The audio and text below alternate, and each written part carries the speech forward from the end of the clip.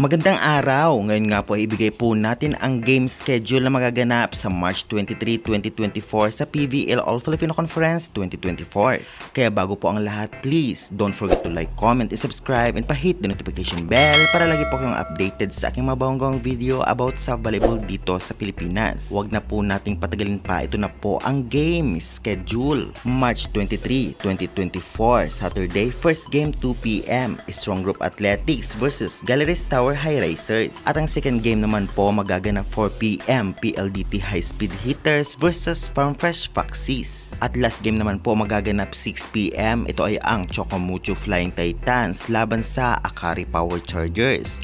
At ang venue po nito ay sa Henares Center Antipolo. Mapapanood din po ninyo ito sa One Sports or One Sports Plus kung kayo po ay may cable. Meron din po sa Signal Apps, download lamang po kayo at syempre mag-registered kayo para makapanood. Meron din sa Kumu and Giga Play Smarts at meron din sa Google, search nyo lamang po pbl.ph live. Sa pbl.ph live po ay talagang medyo huli lamang po, ngunit kompleto po at malinaw po ang video.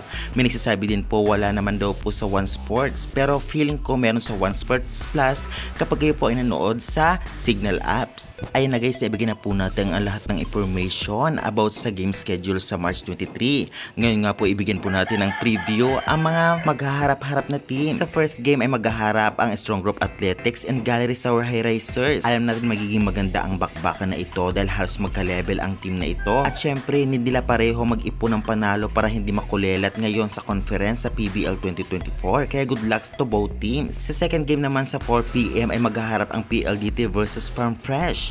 Alam naman natin na may laban ang Farm Fresh sa PLDT base po sa past performance ng Farm Fresh. At alam naman natin medyo kakabahan din dito ang PLDT at paghahandaan ang team na ito dahil tinalo ng team na ito in 3 straight sets ang Cherry Tigo at pinahirapan ang Creamline, kaya good luck na lamang sa PLDT at Farm Fresh. Sa third game 6 PM naman magharap ang Chocomucho versus Akari. Bakbakan ito lalong lalo pa. Hindi rin basta-basta mga kalaban ng Chocomucho ang Akari dahil malakas din ang lineup na ito. Lalo na kung magkaroon ng koneksyon itong si Soltones at si Seth Domingo, kaya mas lalo itong lalakas. Kaya good luck sa both teams, kung sino man manalo ay deserve. Kaya guys, sa tingin ninyo ano-anong team kaya ang mananalo sa March 23, 2024? I-comment nyo na yan at huwag kalimutan mag-like and subscribe for more updates.